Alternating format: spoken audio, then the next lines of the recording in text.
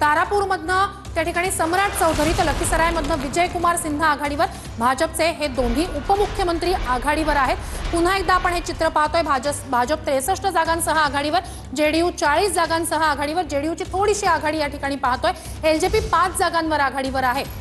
तर एनडीएला आता magic figure गाठण्यासाठी आणखी 10 जागांची आवश्यकता असणार आहे। निवडणूक आयोगानुसार भाजप 5 जागांवर पुढे आहे।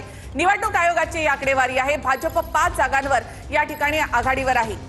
तर एनडीए 112 आणि महाआघाडी 89 जागांवर आघाडीवर, भाजप 65 आणि आरजेडी 75 जागांवर आघाडीवर। तर इथे देखील भाजप आणि आरजेडी यांच्यामध्ये 10चा फरक आहे आणि तिथे एनडीएला आपला मॅजिक फिगर गाठण्यासाठी देखील आणखी 10 जागांची आवश्यकता असणार आहे। बिहारमध्ये आतापर्यंत तरी भाजप विरुद्ध आरजेडी अशी 1-to-1 फाईट या ठिकाणी पाहायला मिळते। तर यादव यांच्या कंदिलाला काँग्रेसच्या हाताची साथ मिळाली तर चमत्कार घडू शकतो। मात्र सध्या तरी भाजप विरुद्ध आरजेडी अशी 1-to-1 फाईट या ठिकाणी आपण पाहतोय।